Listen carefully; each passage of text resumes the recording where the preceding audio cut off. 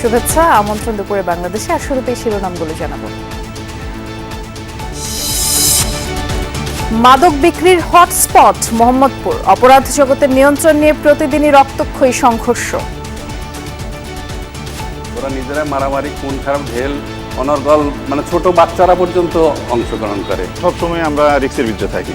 এদের সাথে উল্টাপাল্টা কোনো কিছু বললে বা প্রতিবাদ করতে গেলে মনে করেন দলবদ্ধভাবে, সংঘবদ্ধভাবে ওরা এসে বাসা বাড়িতে আক্রমণ করে। জেনেভা ক্যাম্পের শীর্ষ মাদক কারবারি পিচ্চি রাজা গ্রেফতার।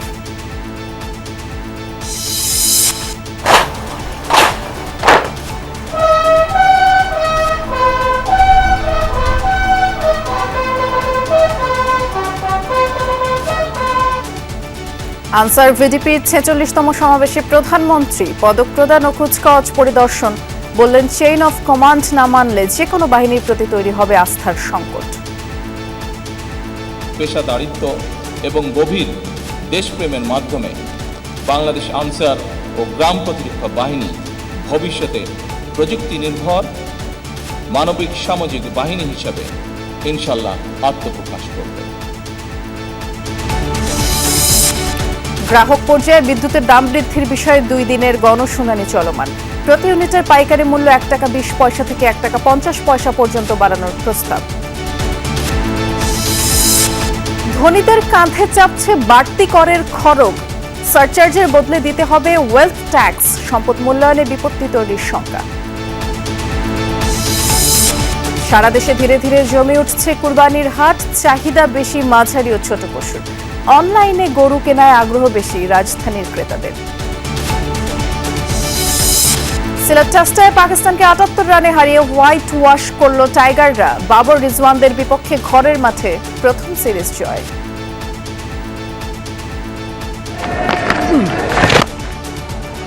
In the air. Is it going to be taken? It is! It's all over! Bangladesh repeat what they did when they went.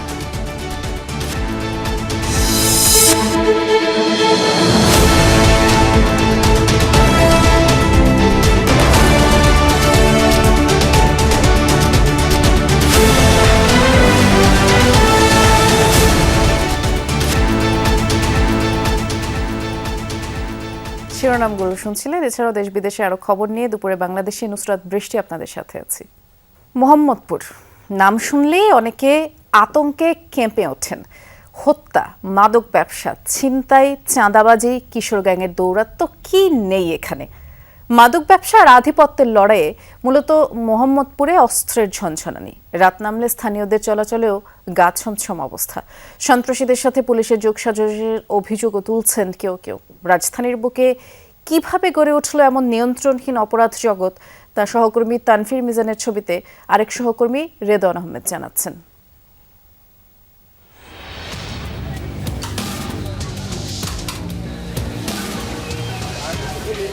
মুক্তিযুদ্ধের পর অবাঙালিদের পুনর্বাসনের জন্য গড়ে ওঠা জেনেভা ক্যাম্প। সময়ের পরিক্রমায় সে এলাকায় এখন রাজধানীর অন্যতম অপরাধপ্রবণ জনপদ।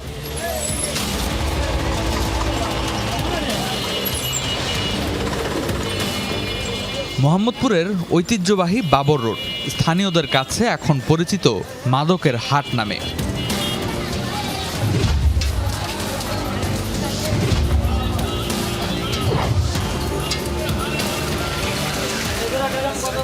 পরিচয় গোপন করে বাবর রোডে গিয়ে দেখা যায় এই পথে চলাচলকারীদের ঘিরে ধরছেন মাদক কারবারিরা।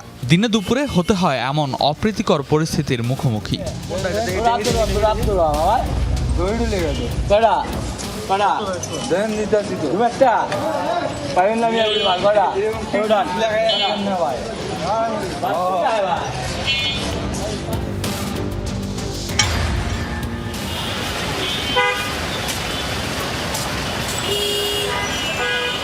ক্যাম্পের ভেতরেই হাঁকডাক দিয়ে চলছে মাদক কেনা বেচা। আমাদের হাতেও পেলাম 2 ধরনের মাদক, ইয়াবা আর হিরোইনের মতন ভয়ঙ্কর মাদক পাওয়া গেল এই ক্যাম্পের গলিতেই। অথচ সড়কের 2 প্রান্তেই পুলিশের অবস্থান। স্থানীয়দের অভিযোগ, মাদক ক্রেতাদের মাঝে মধ্যে আটক করলেও মূল কারবারিরা থেকে যাচ্ছে ধরাছোঁয়ার বাইরে। গেলেই হবে ক্যাম্পের বাজারে, হ্যাঁ গেলেই হবে, আর ওই ডাকবে ডেকে বেচে। মাদক ব্যবসা, চাঁদাবাজি আর আধিপত্য বিস্তারকে কেন্দ্র করে মোহাম্মদপুরে সক্রিয় অন্তত অর্ধশত অপরাধী চক্র।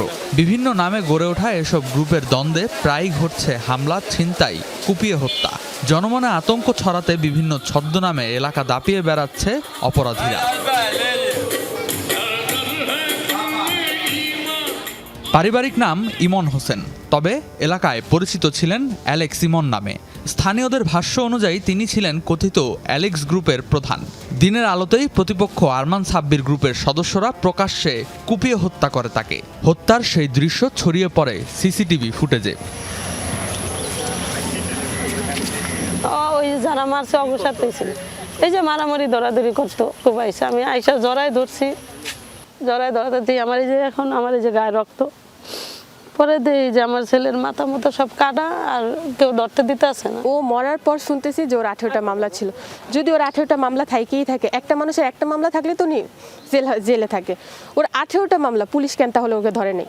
আরমান, শাহরুখ, কাল্লু, তারপর হচ্ছে ওদের যে বড় ভাই সাব্বির যে লিগ দেয়, উনিও ছিল। ওরা ওই এলাকার প্রচুর গ্যাং লিডার, ওদেরকে সবাই ভয় পায়।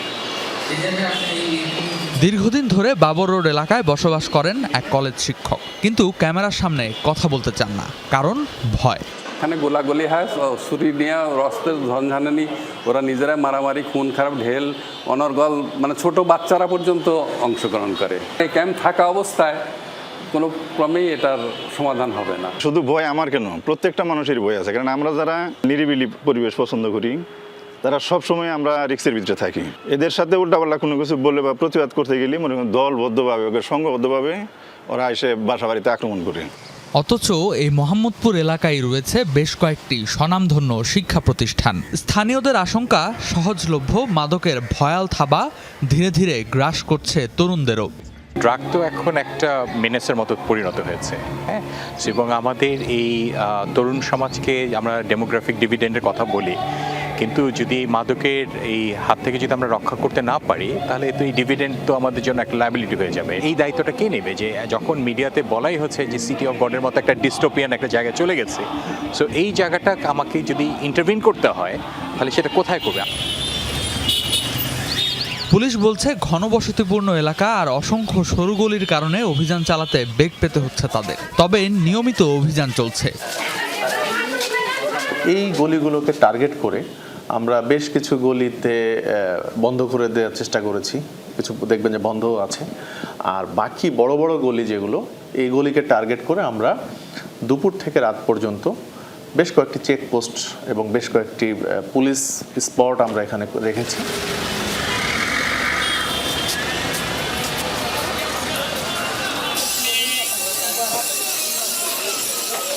কিন্তু বাস্তবতা বলছে ভিন্ন কথা। রাত নামলেই জেনেভা ক্যাম্প আর বাবর রোডের চিত্র হয়ে ওঠে আরও ভয়ঙ্কর। আইন শৃঙ্খলা বাহিনীর একের পর এক অভিযানের কথা বলা হলেও থামছে না মাদক, সহিংসতা আর আতঙ্কের বিস্তার। প্রশ্ন উঠছে, রাজধানীর মধ্যেই কিভাবে বছরের পর বছর টিকে থাকে এমন অপরাধের অভয়ারণ্য, আর কবে নিরাপদ হবে মোহাম্মদপুর? রেদওয়ান আহমেদ, যমুনা নিউজ, ঢাকা। নেপাল থেকে দেশে ফিরেই গ্রেফতার হলো মোহাম্মদপুর জেনেভা ক্যাম্পের শীর্ষ মাদক কারবারি পিচ্চি রাজা। মঙ্গলবার সন্ধ্যায় গোপন তথ্যের ভিত্তিতে বিমানবন্দর থানা এবং ইমিগ্রেশন পুলিশের সহায়তায় তাকে গ্রেফতার করা হয়। পুলিশ জানায়, গ্রেফতারকৃত পিচ্চি রাজার বিরুদ্ধে হত্যা, মাদক, বিস্ফোরক সহ 29টিরও বেশি মামলা রয়েছে। পুলিশ জানায়, জেনেভা ক্যাম্পে মাদকের বিস্তার এবং নিয়ন্ত্রণে তার সক্রিয় ভূমিকা ছিল। দীর্ঘদিন আত্মগোপনে থেকে পিচ্চি রাজা মোহাম্মদপুর থানা এলাকায় সন্ত্রাসী কর্মকাণ্ড এবং মাদক কারবার নিয়ন্ত্রণ করছিল।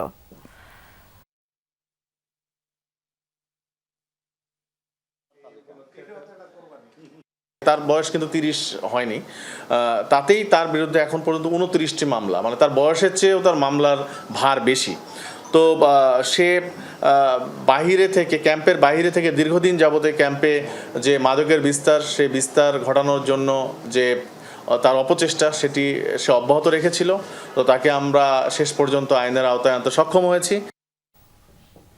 দায়িত্ব নিয়ে কিশোর গ্যাংয়ের বিরুদ্ধে শক্ত অবস্থানের জানান দিলেন নতুন ডিএমপি কমিশনার মোসলেউদ্দিন আহমদ। জানালেন, তালিকা অনুযায়ী শীর্ষ সন্ত্রাসীদের ধরতে সাঁড়াশি অভিযান চলমান। সকালে ডিএমপির মিডিয়া সেন্টার প্রথমে ব্রিফিং করেন তিনি, সেখানে পরে বলেন যে পুলিশের কাছে কিশোর গ্যাংয়ের তালিকা রয়েছে এবং তাদের বিরুদ্ধে এই অভিযান অব্যাহত থাকবে। জানান পুলিশের একার পক্ষে কিশোর গ্যাং নিয়ন্ত্রণ সম্ভব নয়, এর জন্য প্রয়োজন সামাজিক প্রতিরোধ। এছাড়া ঈদে নগরীর নিরাপত্তায় অতিরিক্ত ফোর্স মোতায়েন থাকবে বলেও জানান তিনি। পশুরহাটে গোয়েন্দা নজরদারি এবং ছিনতাই চাঁদাবাজি ঠেকাতে জনসচেতনতা বাড়ানোর কথা জানান কমিশনার। তিনি বলেন মব কালচারের বিরুদ্ধে শক্ত অবস্থানে রয়েছে পুলিশ। বলেন থানায় সেবা নিতে গিয়ে হয়রানির শিকার হলেই সংশ্লিষ্ট পুলিশ সদস্যদের বিরুদ্ধে তাৎক্ষণিক ব্যবস্থা নেওয়া হবে। আর চলতি মাসে 1000-এর বেশি চাঁদাবাজ ও মাদক কারবারিকে গ্রেফতারের তথ্যও জানান ডিএমপি কমিশনার। বলেন জানুয়ারি থেকে এখন পর্যন্ত 1,74,000 ব্যাটারি চালিত অটোরিকশার বিরুদ্ধেও ব্যবস্থা নেওয়া হয়েছে। আসন্ন ঈদুল আজহার কোরবানির পশুর হাট, ঈদ জামাত, শপিং মল এবং আবাসিক এলাকার নিরাপত্তা আমাদের কাছে সর্বোচ্চ অগ্রাধিকার। ঘরমুখী মানুষের নিরাপদ ও নিরবচ্ছিন্ন যাতায়াত নিশ্চিত করতে বাস টার্মিনাল, লঞ্চ ঘাট ও রেল স্টেশনে বিশেষ নিরাপত্তা ব্যবস্থা গ্রহণ করা হয়েছে। আপনার এলাকায় ছিনতাই, চাঁদাবাজ, কিশোর গ্যাং যে কোনো অপরাধের তথ্য থাকলে অবিলম্বে পুলিশকে জানান। চেইন অফ কমান্ড বা নিয়ম মেনে না চললে যে কোনো বাহিনীর প্রতি জনমনে আস্থার সংকট সৃষ্টি হয়। তাই নিষ্ঠা, শৃঙ্খলা, পেশাদারিত্ব ও দেশপ্রেমের মাধ্যমে আনসার ও গ্রাম প্রতিরক্ষা বাহিনীকে দায়িত্ব পালনের আহ্বান জানিয়েছেন প্রধানমন্ত্রী তারেক রহমান। সকালে গাজীপুরের শফিপুরে আনসার ও গ্রাম প্রতিরক্ষা বাহিনীর 46তম জাতীয় সমাবেশে যোগ দিয়ে প্রধানমন্ত্রী বলেছেন এ বাহিনীকে আরও আধুনিক ও গতিশীল করে তোলা হবে। তিনি আশা প্রকাশ করেন প্রযুক্তি নির্ভর মানবিক সামাজিক বাহিনী হিসেবে আত্মপ্রকাশ করবে আনসার ও ভিডিপি। জানান উপজেলা পর্যায়ে বাহিনীর কার্যক্রম শক্তিশালী করতে উপজেলা আনসার প্রবিধানমালা 2026 প্রণয়নের উদ্যোগ নেওয়া হয়েছে। প্রধানমন্ত্রীকে কাছে পেয়ে নিজেদের সর্বোচ্চ দক্ষতা ও প্রশিক্ষণ তুলে ধরার চেষ্টা করেন বাহিনীর সদস্যরা। তৃণমূল থেকে কেন্দ্রে যে কোনো দুর্যোগ, আইন শৃঙ্খলা নিয়ন্ত্রণ কিংবা সহিংসতা মোকাবেলায় নানান কৌশল প্রদর্শন করেন তারা। গতিশীল করতে গুরুত্বপূর্ণ ভূমিকা জাতিগোষ্ঠীর মধ্যে আস্থা, আইন শৃঙ্খলা রক্ষার দায়িত্বের পাশাপাশি আনসার ও ভিডিপি সদস্যগণ সামাজিক সচেতনতা সৃষ্টি, দুর্যোগ ব্যবস্থাপনা এবং প্রযুক্তি নির্ভর সেবা প্রদানের মতন গুরুত্বপূর্ণ ক্ষেত্রেও সক্রিয় অবদান রাখছে। আমি দৃঢ়ভাবে বিশ্বাস করি আপনাদের নিষ্ঠা, শৃঙ্খলা, পেশাদারিত্ব এবং গভীর দেশপ্রেমের মাধ্যমে বাংলাদেশ আনসার ও গ্রাম প্রতিরক্ষা বাহিনী ভবিষ্যতে প্রযুক্তি নির্ভর মানবিক সামাজিক বাহিনী হিসাবে ইনশাল্লাহ আত্মপ্রকাশ করবে। গ্রাহক পর্যায়ে বিদ্যুতের দাম বাড়ানোর বিষয়ে 2 দিনের গণশুনানি চলছে। Bangladesh energy regulatory commission BERC এই আয়োজন করেছে। এর আগে বিদ্যুৎ উন্নয়ন বোর্ড PDB পাইকারি ও খুচরা বিদ্যুতের দাম বাড়ানোর প্রস্তাব দেয় এবং প্রস্তাবিত পাইকারি দামের উপর ভিত্তি করে আনুপাতিক হারে খুচরা পর্যায়ে দাম বাড়ানোর প্রস্তাব দিয়েছে বিতরণ কোম্পানিগুলো। সংস্থাটি প্রতি ইউনিট বিদ্যুতের পাইকারি মূল্য 1 টাকা 20 পয়সা থেকে 1 টাকা 50 পয়সা পর্যন্ত বাড়ানোর প্রস্তাব দিয়েছে। এর সাথে সমন্বয় করে খুচরা পর্যায়েও দাম বাড়ানো হতে পারে। তবে লাইফলাইন গ্রাহক যারা মাসে 70 থেকে 75 ইউনিট বিদ্যুৎ ব্যবহার করেন তাদের আপাতত এই বাড়তি চাপের বাইরে রাখার পরিকল্পনা রয়েছে। PGCB প্রতি ইউনিটে অতিরিক্ত 16 পয়সা সঞ্চালন চার্জ বাড়ানোর প্রস্তাব দিয়েছে এবং সবশেষ 2024 সালের ফেব্রুয়ারিতে বিদ্যুতের দাম বাড়ানো হয়। যেহেতু কোন সংস্থা টোটাল যে সবচেয়ে 56% যে সংস্থা বিদ্যুৎ পাকিস্তানে সোলার মোর দ্যান 30%। সো আমরা যদি সোলারে যেতে পারি এবং যদি পিডিবি থেকে সহযোগিতা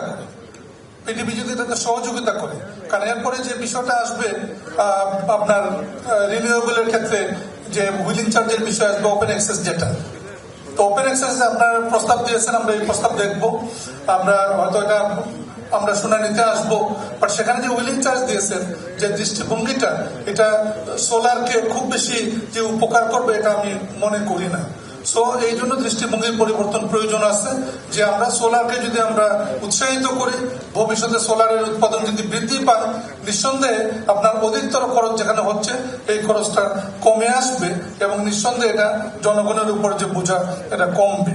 আমি আন্তরিকভাবে ধন্যবাদ জানাচ্ছি যারা আলোচনায় অংশ নিয়েছেন, বিশেষ করে জনাব রুহুল হোসেন প্রিন্স এবং কনজিউমার অ্যাসোসিয়েশন অফ বাংলাদেশ এবং অন্যান্য যারা অংশ নিয়েছেন, প্রস্তাব উপস্থাপন করেছেন।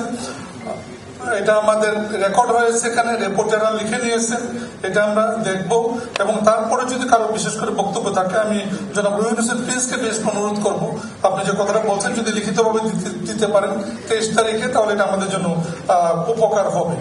আমি আপনাদেরকে সকলে ধন্যবাদ জানাচ্ছি এই গণশুনানিতে উপস্থিত থাকার জন্য এবং অংশ নেওয়ার জন্য। আমরা প্রথম অধিবেশন এখানে যে এখন তো প্রশ্নের সুযোগ নাই,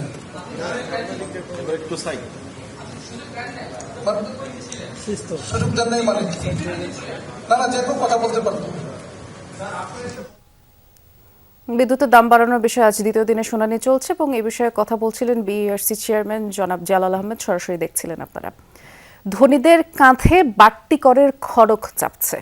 সারচার্জের বদলে দিতে হবে সম্পদ কর বা ওয়েলথ ট্যাক্স।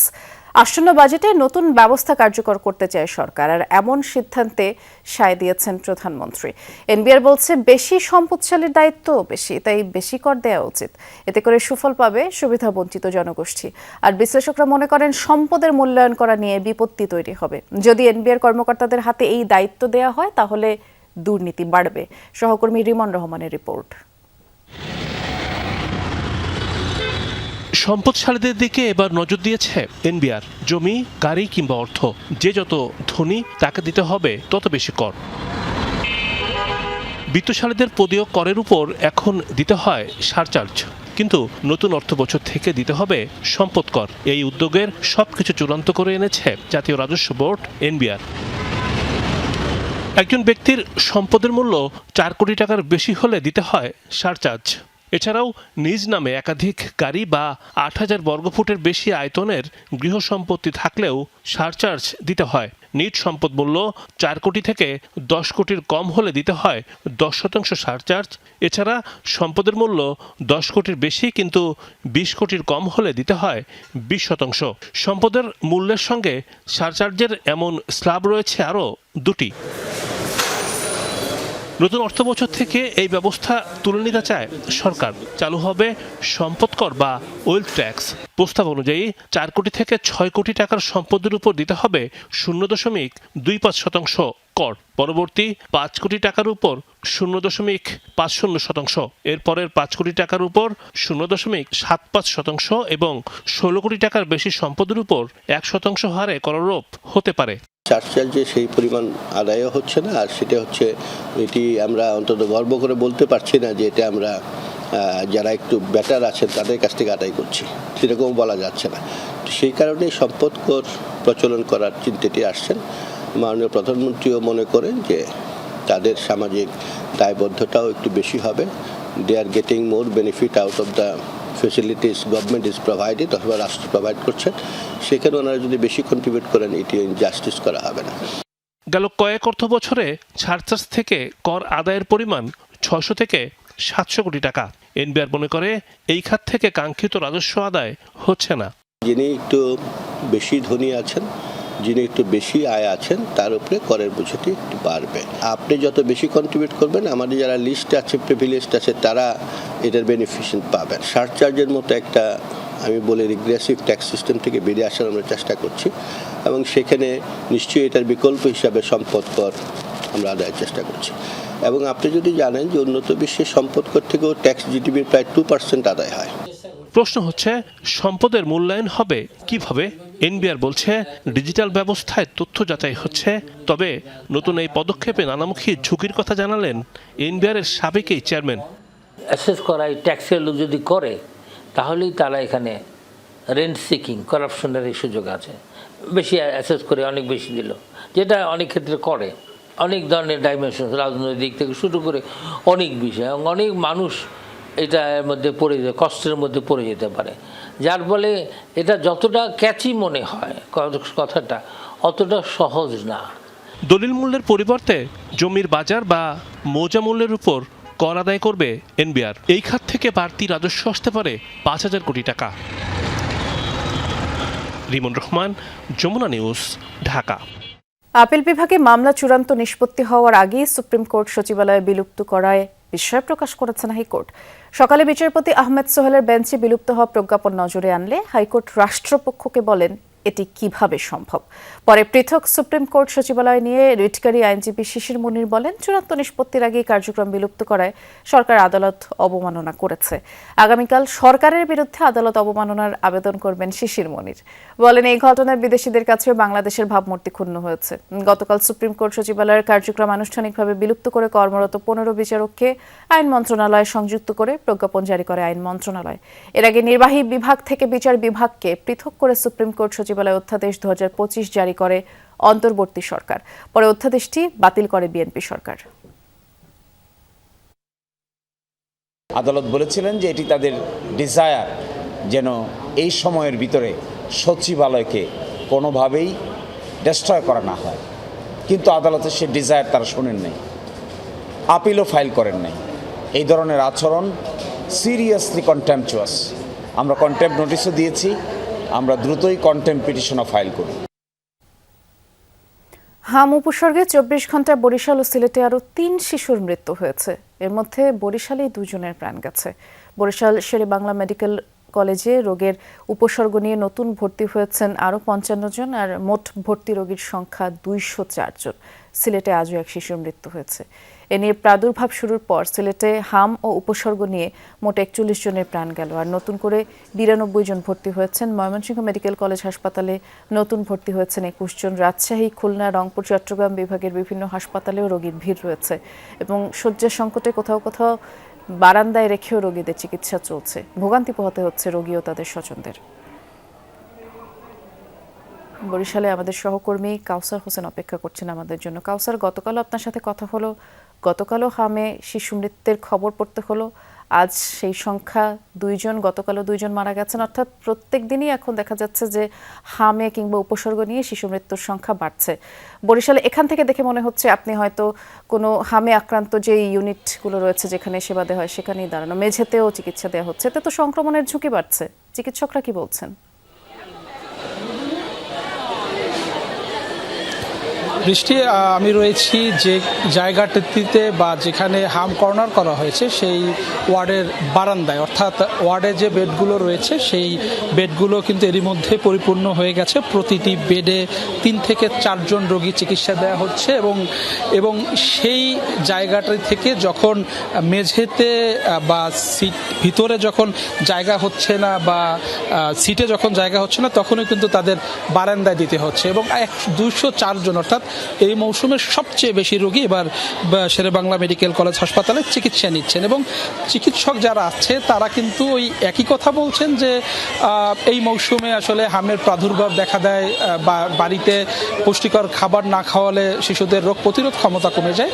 এরপর থেকে কিন্তু তারা আক্রান্ত হচ্ছেন। এবং আরও একটি জিনিস বলছেন, যারা টিকা না পেয়েছেন তারা কিন্তু আক্রান্ত হচ্ছেন। কিন্তু আমরা যেটা দেখেছি যে শেরেবাংলা মেডিকেল কলেজ হাসপাতালে এর আগে এত রোগী কখনো ভর্তি হয়নি। আজও কিন্তু 24 ঘন্টায় বরিশাল বিভাগে, যেহেতু বরিশাল শেরেবাংলা মেডিকেল কলেজ হাসপাতালে 55 জন ভর্তি হয়েছে এবং পুরো বিভাগে 133 জন, এবং প্রতিদিনই জ্যামিতিক হারে এই রোগীর সংখ্যা বাড়ছে, মৃত্যুর সংখ্যা বাড়ছে। কিন্তু চিকিৎসকরা সঠিক কোনো কারণ বলতে পারছেন না। তারা বলছেন যে যেহেতু যারা মারা যাচ্ছে বেশিরভাগই কিন্তু প্রত্যন্ত অঞ্চল। গতকাল মারা গেছে ভোলার চরফেশন, আজ মারা গেছে পটুয়াখালীতে, এবং আরেকজন মারা গেছে পিরোজপুরের মঠবাড়ি। আসলে যারা প্রত্যন্ত অঞ্চলে বসবাস করেন বা যাদের আসলে পারিবারিকভাবে সচেতনতা কম, তারাই কিন্তু, তাদের শিশুরাই কিন্তু বেশি মৃত্যুর কোলে ঢলে পড়ছেন। টিকা কার্যক্রম তো শুরু হয়েছে, তার মানে কি শিশুদেরকে এখনো টিকার আওতায় আনা হয়নি? এই প্রশ্নটি কিন্তু রয়েই গেল। ধন্যবাদ কাউসার, আপনি বিস্তারিত জানাচ্ছিলেন। ঠিকাদারের মাধ্যমে নয়, সরাসরি হাসপাতালের নিয়োগভুক্ত সেবাকর্মী হিসেবে দায়িত্ব পালনের দাবিতে মহাখালীর ডিএনসিসি ডেডিকেটেড কোভিড-19 হাসপাতালের আউটসোর্সিং সেবাকর্মীরা আন্দোলনে নেমেছেন। তাদের দাবি 2021 সাল থেকে তারা এই হাসপাতালে দায়িত্ব পালন করে আসছেন। এতদিন হাসপাতাল কর্তৃপক্ষই তাদেরকে বেতন ভাতা পরিশোধ করত, তবে 30 জুন বর্তমান চুক্তির মেয়াদ শেষ হচ্ছে। এরপর নতুন করে ঠিকাদারের মাধ্যমে নিয়োগ দেওয়ার উদ্যোগ নেওয়া হয়েছে। এই সিদ্ধান্তে চাকরির নিরাপত্তা, বেতন ভাতা, অন্যান্য সুযোগ সুবিধা নিয়ে অনিশ্চয়তায় পড়েছেন 157 জন সেবাকর্মী। করোনা মহামারীর সময় জীবনের ঝুঁকি নিয়ে তারা দায়িত্ব পালন করেছেন, তাই এখন সরাসরি হাসপাতালের অধীনে নিয়োগ অব্যাহত রাখার দাবি তারা জানিয়েছেন। এই হাবের মধ্যেও আমাদের এই কর্মবিরতি দিতে হয়েছে বাধ্য হয়ে। আমাদের আর মানে বাঁচার মতো উপায় নাই। আমি 24 ঘন্টা এখানে ডিউটি করার পরে 5 বছর থাকার পর আমাকে যদি বলা হয় ঠিকাদারে চলে যাও, আমি এটা মানতে পারতেছি না। আমাদের দাবি একটাই, আমরা কন্ট্রাক্টর আন্ডারে থাকতে চাই না। বিগত মেডিকেলে দেখেছি আমরা কন্ট্রাক্টরের কত অত্যাচার, কত নির্মম পরিহাস। কুরবানির ঈদ সামনে রেখে রাজধানীর খামারগুলোতে ক্রেতাদের ভিড় বাড়ছে। বিশেষ করে মাঝারি আকারের দেশি গরুর চাহিদা এবার সবচেয়ে বেশি। আবার বড় বাহারি গরু দেখতে ভিড় থাকলেও বিক্রির তালিকায় তুলনামূলক কম দামের গরুই এগিয়ে রয়েছে। এদিকে ঈদ সামনে রেখে রাজধানীতে বসতে শুরু করেছে পশুর হাট, তবে এখনো পুরোপুরি বেচা কেনা জমে ওঠেনি। ঈদের এখনো কয়েকদিন বাকি থাকায় শেষ সময়ের অপেক্ষায় আছেন বিক্রেতারা। কোরবানির ঈদ সামনে রেখে ব্যস্ততা বেড়েছে রাজধানীর খামারগুলোতে। সকাল থেকে রাত পর্যন্ত চলছে ক্রেতাদের আনাগোনা। অনেকে বাজেটের মধ্যে ভালো গরুর খোঁজে ঘুরছেন এক খামার থেকে আরেক খামারে। খামারগুলোতে বড় বাহারি গরু ঘিরে রয়েছে আলাদা আকর্ষণ। বিশেষ করে বিশাল আকৃতির সাদা গরু কিংবা বিদেশি জাতের গরু দেখতে ভিড় করছেন অনেকে। যদিও এসব গরুর দাম কয়েক লাখ পর্যন্ত হাঁকা হচ্ছে। আমাদের এখানে গরু রেখে যাচ্ছে কিনে, খাওয়া দাওয়া আমাদের এখানে করছে, এটার জন্য আলাদা কোনো চার্জ নেই। তো আমরা কি সব রকম সুবিধা দেওয়ার চেষ্টা করছি। মোটা তাজা করানোর কোনো ওষুধ ব্যবহার করি না, ফিড খাওয়াই না। আমরা কাঁচা ঘাস, তারপর ভুট্টার সাইলেজ, ভুসির ওপরে আমরা নির্ভর করি। খামারিদের মতে এবার সবচেয়ে বেশি বিক্রি হচ্ছে মাঝারি আকারের দেশি গরু। বিশেষ করে 90,000 থেকে 1.5 লাখ টাকার মধ্যে থাকা গরুর চাহিদাই বেশি। সবচেয়ে বেশি যে চাহিদাটা এটা হচ্ছে আপনার 1,20,000 থেকে আপনার 2 লাখ পর্যন্ত প্রচুর চাহিদা। আর আরেকটা শ্রেণী আছে যেমন 2 লাখ থেকে 2.5 লাখের মধ্যে, এই গরুগুলোর চাহিদা বেশি। এখানে সব জাতের মোটামুটি ক্রস আছে, তারপরে দেশাল আছে, মুন্ডি আছে, সব ধরনের গরুই আছে। আর আমাদের এখানে তো কাস্টমার আসে বসে পরে দেখা শূন্য আড়ায়া, মানে ওনাদের মন অনুযায়ী আর কি নিতে পারে। এবার খামারগুলোতে অনলাইনেও বিক্রি বেড়েছে। লাইভ ভিডিও, লাইভ ওয়েট ও আগাম বুকিং এর মাধ্যমে ঘরে বসেই গরু পছন্দ করছেন অনেক ক্রেতা। ক্রয় ক্ষমতার ভিতরেই আছে, মোটামুটি স্যাটিসফাই সবাই। আমরা যারা আসছি বা আরো 2-1 জায়গায় দেখছি, মোটামুটি ভালো কনভিনিয়েন্ট আর কি আমার জন্য হাটে যাওয়ার থেকে। জাস্ট এই কারণে আসা। অ্যারাউন্ড 500 কেজি লাইভ ওয়েটের আশেপাশে আমি করছি আর কি। এদিকে রাজধানীর হাটগুলোতে গরু আসতে শুরু করলেও ক্রেতাদের উপস্থিতি একেবারেই কম। ঈদের শেষ কয়েকদিনে বেচা বিক্রি জমে উঠবে বলে আশাবাদী তারা। গরু আনছিলাম রাত্রে 9টা, একটা আছে 6টা বেচছি। ভাই 30 পড়ছে, 33 বেচছি, 25 পড়ছে, 30 বেচছি, এরকম। এখন তো বেচা কিনি নাই ভাই, কাস্টমারই নাই, বেচা কিনিও নাই। গরু এখানে 18টা আনছি, একটা বিক্রি করতে পারি না, আরো 32টা কিনে আছে। ওটি এখানে আনলে তো গরু প্রতি অনেক টাকা খরচ। এখন তো করবে আসেনি গা, সামনে আসবো আর এত আগে এলে গরু নষ্ট হয়ে যাবো গা, তার জন্য ব্যাপারগুলো আনতেছি না। বা সামনে শুক্রবার থেকে গরু ভরপুর ইনশাআল্লাহর মধ্যে। দ্রব্যমূল্যের ঊর্ধ্বগতির এই সময়ে সাধ্যের মধ্যে কোরবানি সম্পন্ন করতেই আগ্রহ সাধারণ মানুষের। সৌরভী সায়দা, যমুনা নিউজ, ঢাকা। পশু কুরবানি হওয়ার 8 ঘন্টার মধ্যে ঢাকা মহানগরীকে পরিচ্ছন্ন করা হবে বলে জানিয়েছেন ঢাকা দক্ষিণ সিটি কর্পোরেশনের প্রশাসক আব্দুস সালাম। সকালে সবজি বাগান ল্যান্ডস্কেপিং কাজের উদ্বোধন শেষে তিনি বলেছেন, ডিএসসিসিতে 11টি পশুর হাটের অনুমতি দেওয়া হয়েছে। পাশাপাশি ক্রেতা বিক্রেতা কারো যেন সমস্যা না হয় সেদিকেও খেয়াল রাখা হবে। এছাড়াও পশু হাটে ডাক্তারের পাশাপাশি থাকবে আইন শৃঙ্খলা বাহিনী। প্রশাসক আরও বলেন, এবছর ডেঙ্গু চিকুনগুনিয়া মোকাবেলা করা সম্ভব, এখন থেকেই কাজ শুরু হয়েছে। সবাইকে সচেতন হওয়ার আহ্বান তিনি জানান।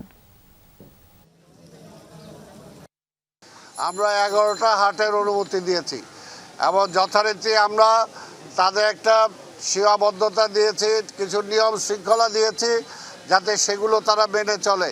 কারণ আমরা চাই ক্রেতা বিক্রেতার কারো যাতে কোনো অসুবিধা না হয়। একদম ঈদের দিন, ঈদের আগের দিন হাট শেষ হয়ে যাওয়ার রাত্রি থেকেই ক্লিনিং শুরু হয়ে যাবে এবং পরের দিন কোরবানি হওয়ার পরে 8 ঘন্টার মধ্যে ইনশাল্লাহ ঢাকা মহানগরীকে আমরা পরিচ্ছন্ন করে দেব। আমরা এ পর্যায়ে নওগাঁয় যাব, একটি কুরবানির পশুর হাটের চিত্র দেখব। আমাদের সহকর্মী শফিক ছোটন অপেক্ষা করছেন। শফিক, যেমনটি আমরা কিছুক্ষণ আগেই দর্শকদের জানাচ্ছিলাম যে যেহেতু এখনো 1 সপ্তাহের মতো সময় হাতে বাকি আছে এবং মাঝারি আকারের যেই গরু কিংবা ছোট আকারের যে গরু, সেই গরুগুলোর চাহিদা এখন পর্যন্ত বেশি মনে হচ্ছে। এই হাটের চিত্র আপনি কেমন দেখছেন? যারা ব্যাপারীরা আছেন তারা দরদাম কেমন হাঁকছেন? বৃষ্টি, আমি এই মুহূর্তে আছি মহাদেবপুর উপজেলার সবচেয়ে বড় হাট, মাতাজি হাট। এই হাটের চিত্রটা প্রতি বছরে আমরা দর্শকদের দেখিয়ে থাকি। আজকের চিত্রটাও কিন্তু ঠিক একই রকম, অর্থাৎ গত বছরের মতোই। ইতোমধ্যেই গবাদি পশুতে একেবারে টইটুম্বুর বলা চলে, পুরো হাট জুড়ে গবাদি পশু উঠেছে। দুপুরের আগ থেকেই বিভিন্ন খামার বা বাড়িতে পালন করা গবাদি পশু, বিশেষ করে গরু, ষাঁড় গরু, গাভী, এগুলো নিয়ে কিন্তু বিক্রি করতে এসেছেন। একই সাথে দেশের নানা প্রান্ত থেকে ব্যাপারী এসেছেন এখানে পশু কিনতে, পশু সংগ্রহ করতে, এবং যারা কুরবানি দিবেন তারা তাদের পছন্দের পশু কেনার জন্য কিন্তু ভিড় করছেন। তীব্র গরম রোদ উপেক্ষা করে ক্রেতা বিক্রেতার যে হাঁক ডাক, তাতে একেবারে জমে উঠেছে হাট। বিকেলের দিকে আরও ভিড় বাড়বে। এখানকার স্থানীয় যারা ক্রেতা বিক্রেতা এবং হাট ইজারাদাররা রয়েছেন তারা বলছেন যে আসরের নামাজের পরই আসলে মূল বেচা কেনাটা হয়, এবং তখনই আসলে হাট ছাপিয়ে আশেপাশের যে জায়গাগুলো আছে সেগুলোতেও কিন্তু ক্রেতা বিক্রেতারা ভিড় করেন এবং পশু নিয়ে বেচা কেনা হয়।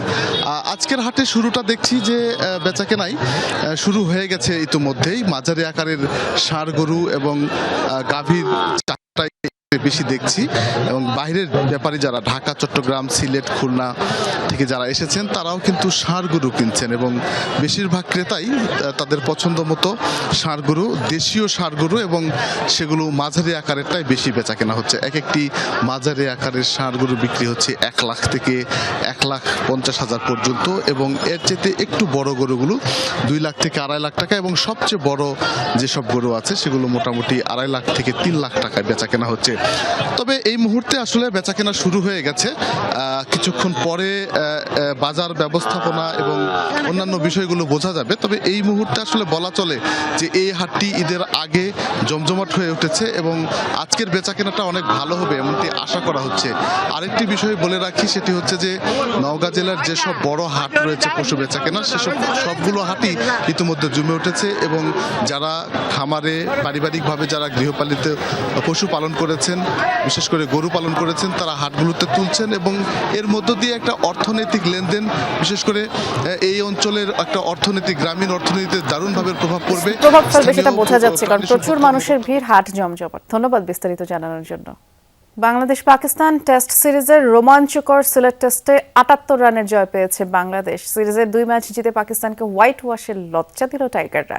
স্বাগতিকদের দেয়া 437 রানের টার্গেট তাড়া করতে নেমে 358 রানে অল আউট হয়ে অতিথিরা দারুণ জয়ের জন্য বাংলাদেশ ক্রিকেট দলকে অভিনন্দন জানিয়েছেন মাননীয় প্রধানমন্ত্রী তারেক রহমান।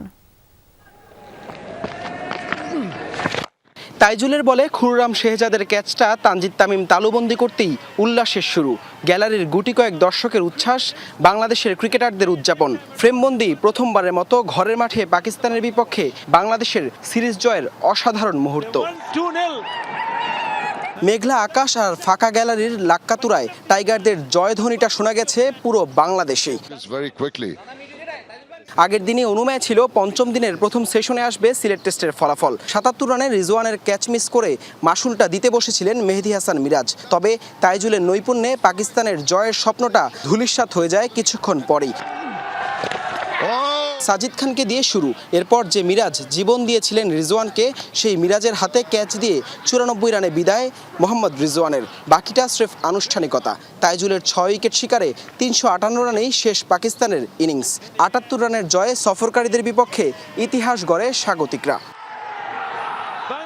এর আগে প্রথম ইনিংসে বাংলাদেশের করা 278 রানের জবাবে 232 রানে গুটিয়ে যায় সফরকারীদের ইনিংস। 46 রানে এগিয়ে থেকে মুশফিকের রেকর্ড গড়া সেঞ্চুরিতে দ্বিতীয় ইনিংসে 390 রান করে বাংলাদেশ। 437 রানের পাহাড়সম টার্গেটে ব্যাট করতে নেমে শেষ দিনে পাকিস্তানের প্রয়োজন ছিল 121 আর বাংলাদেশের মাত্র 3 উইকেট। তাতে 358 রানেই থামে পাকিস্তানের ইনিংস।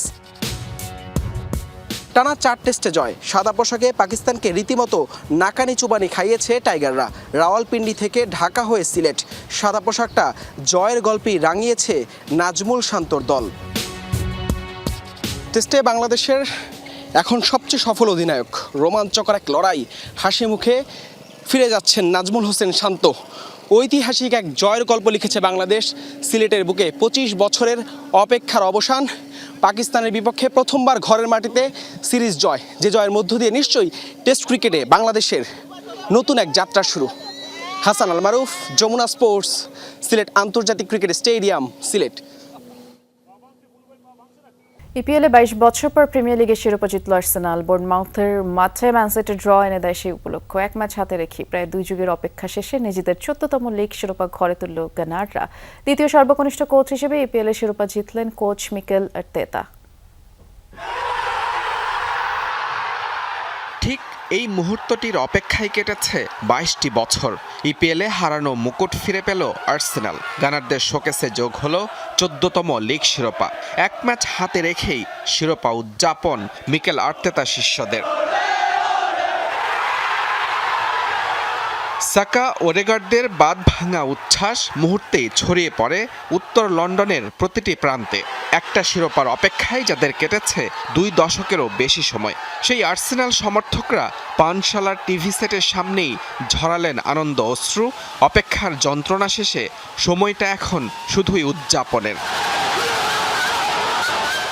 অবশ্য এমন আনন্দ উপলক্ষ নিশ্চিতে মাঠে নামতে হয়নি আর্সেনালকে। বোর্নমাউথের মাঠে ম্যান সিটির হোঁচট 22 বছরের জমানো আক্ষেপ ঘুচে গানারদের এনে দেয় শিরোপা জয়ের উল্লাস। শিরোপা রেসে টিকে থাকতে হারাতেই হবে টানা 16 ম্যাচ অপরাজিত থাকা বোর্নমাউথকে, না হলে ট্রফি যাবে আর্সেনালের ঘরে। এমন সমীকরণে সিটিজেনদের ডেরায় প্রথম আঘাত ইলি জুনিয়র কোপির। সমতায় ফেরার চেষ্টায় সফল হলেন আর্লিং হল্যান্ড, কিন্তু শিরোপা রেস বাঁচিয়ে রাখতে তা যথেষ্ট ছিল না গার্দিওলা শিষ্যদের। এই স্প্যানিয়ার্ডের ইতিহাস ছাড়ার গুঞ্জনের মাঝেই সম্ভাব্য বিদায়টা হলো শিরোপা হারিয়ে। Congratulate Arsenal. Arsenal, Mikel Arteta ও তাদের খেলোয়াড়দের অভিনন্দন। তারা এটার যোগ্য। মুহূর্তটি ওদের জন্য সত্যি ভীষণ স্পেশাল। ম্যান সিটিকে রুখে দিয়ে আর্সেনালকে আগাম শিরোপা এনে দেয়া বোর্নমাউথ গড়ল নতুন মাইল ফলক। প্রথমবারের মতো ক্লাবটি নিশ্চিত করল ইউরোপিয়ান প্রতিযোগিতায় খেলা। সুযোগ আছে চ্যাম্পিয়ন্স লিগে খেলারও। গেল কয়েক মৌসুমে বারবার তীরে এসে তরি ডোবানো আর্সেনাল এবার আর ভুল করেনি। মরিনিয়োর পর দ্বিতীয় সর্বকনিষ্ঠ কোচ হিসেবে ইপিএলের শিরোপা জিতলেন কোচ মিকেল আর্তেতা। ওরি বার্গক্যাম্পদের সেই ইনভিনসিবল যুগের পর কত বসন্ত পেরিয়ে অবশেষে সোনালি ট্রফি ফিরছে গানারদের ঘরে। কান্না, অপেক্ষা আর বুক ভাঙা কষ্টের পর এই সময়টা শুধুই আর্সেনালের। Mujrabin Tarek, Jamuna sports. Khulna medical college হাসপাতালের এমার্জেন্সি অপারেশন থিয়েটার বিভাগে আগুন লাগার ঘটনা ঘটেছে এবং এ সময় আইসিইউ থেকে সরিয়ে নেওয়ার পর এক রোগী মৃত্যু হয়েছে বলেও অপারেশন থিয়েটারের ইনচার্জ জানিয়েছেন। আমাদের সহকর্মী প্রবীর বিশ্বাস এ বিষয়ে খোঁজ খবর রাখছেন, দেখতে পাচ্ছি তাকে। প্রবীর, কিছুক্ষণ আগে তো এই আগুন লাগার ঘটনার পরে স্বাস্থ্যমন্ত্রীও সেখানে পরিদর্শন করেছেন, তিনি কি বললেন? এবং একজন রোগী মারা গেছেন যেমনটি আমরা জানলাম যে আইসিইউ থেকে সরিয়ে নেওয়ার পর। এই রোগী মৃত্যুর বিষয়ে স্বজন হাসপাতাল কর্তৃপক্ষ কি বলছে? বৃষ্টি, আপনি জানেন যে খুলনা মেডিকেল কলেজ হাসপাতালটি হচ্ছে দক্ষিণ পশ্চিম অঞ্চলের সবথেকে বড় স্বাস্থ্যসেবা দানকারী প্রতিষ্ঠান এবং এই প্রতিষ্ঠানে শুধুমাত্র খুলনার শহর এবং 9 উপজেলার রোগীরাই নয়, খুলনার বিভাগের যে আরও 10টি জেলা, খুলনা জেলা সহ সেখানকার রোগীরা কিন্তু এখানে ভর্তি হয়, সেখানের রোগীরা কিন্তু ভর্তি হয়। সে কারণে 1000 শয্যার এই হাসপাতালটিতে 1500-এর উপরে কিন্তু সবসময় রোগী থাকে। যখনই ভোরে অগ্নিকাণ্ডের ঘটনাটি ঘটেছে তখন আসলে বেশি সংখ্যক রোগী এবং তাদের স্বজনরা ঘুমেছিল। হঠাৎ করেই আতঙ্ক, সে কারণেই দৌড়ে বেরোনোর যে চেষ্টা এবং যাদের মাস্ক লাগানো ছিল, যেগুলো জরুরি রোগী, তারা যে সেন্ট্রাল মাস্কটি রয়েছে অক্সিজেনের, সেই অক্সিজেনের মাস্ক খুলে তারা কিন্তু দৌড়ে বাঁচানোর চেষ্টা করেছে এবং হাসপাতাল কর্তৃপক্ষ এক জায়গায় রোগী আরেক জায়গায় স্থানান্তর করার চেষ্টা করেছে। অর্থাৎ অগ্নিকাণ্ডের ঘটনাটি যেখানে ঘটেছে তার আশেপাশে যে ওয়ার্ডগুলো রয়েছে, বিশেষ করে পোস্ট অপারেটিভ ওয়ার্ড, একই সাথে আইসিইউ, সিসিইউ, সেখান থেকেও কিন্তু রোগী অন্যত্র নেওয়ার চেষ্টা করেছে। ঠিক এমন সময় কয়রার একজন রোগী যার মাস্ক লাগানি ছিল তাকে তাড়াহুড়ো করে নামানোর সময় এবং এই নিচে নামার পরে তার মৃত্যু হয় বলে চিকিৎসকরা আমাদেরকে জানিয়েছে। কিছু সময় আগে স্বাস্থ্যমন্ত্রী সর্দার মোহাম্মদ শাকাওয়াত হোসেন তিনি অগ্নিকাণ্ডের ঘটনাস্থল এটি পরিদর্শন করেছেন এবং এই মুহূর্তে তিনি স্বাস্থ্য বিভাগের যে সমস্ত কর্মকর্তা রয়েছে খুলনা জেলা তাদের সঙ্গে সভা করছেন। তিনি এর আগে আমাদেরকে বলেছে যে এই ঘটনার কারণ অনুসন্ধানে 5 সদস্যের বিশেষের একটি কমিটি গঠন হবে, যারা 24 ঘন্টার মধ্যে প্রতিবেদন দেবে এবং যে সমস্ত ক্ষতিগ্রস্ত হয়েছে যেসব জিনিসপত্র, আনুষঙ্গিক যে চিকিৎসা সরঞ্জাম, সেগুলো দ্রুত সময়ের মধ্যে ব্যবস্থা করে আবার পুনরায় সেটি চালু করার জন্য তিনি ব্যবস্থা নেবেন। বৃষ্টি, বিস্তারিত জানাচ্ছিলেন আপনি, ধন্যবাদ প্রবীর। 2-3 দিনের মধ্যেই চুক্তিতে রাজি হতে হবে ইরানকে, নতুবা আবারও সামরিক অভিযান শুরু হবে বলে হুঁশিয়ারি দিয়েছেন মার্কিন প্রেসিডেন্ট ডোনাল্ড ট্রাম্প। হোয়াইট হাউসের বার্ষিক আয়োজনে দাবি করেন ইরান যুদ্ধ শেষ করার জন্য মরিয়া। চুক্তির বিষয়ে আশা প্রকাশ করেছেন মার্কিন ভাইস প্রেসিডেন্টও। তবে যুদ্ধে ফিরলে চমক দেখাবে তেহরানও, হুমকি পররাষ্ট্রমন্ত্রী আব্বাস আরাকচির। উপকূল ইরানের, অথচ তৎপরতা মার্কিন সামরিক বাহিনীর। 2 মাসেরও বেশি সময় ধরে এই চিত্র পারস্য উপসাগর ও হরমুজ প্রণালীতে। নৌ অবরোধ কার্যক্রমের ভিডিও প্রকাশ করে অবস্থানের জানান দিচ্ছে সেন্টকম।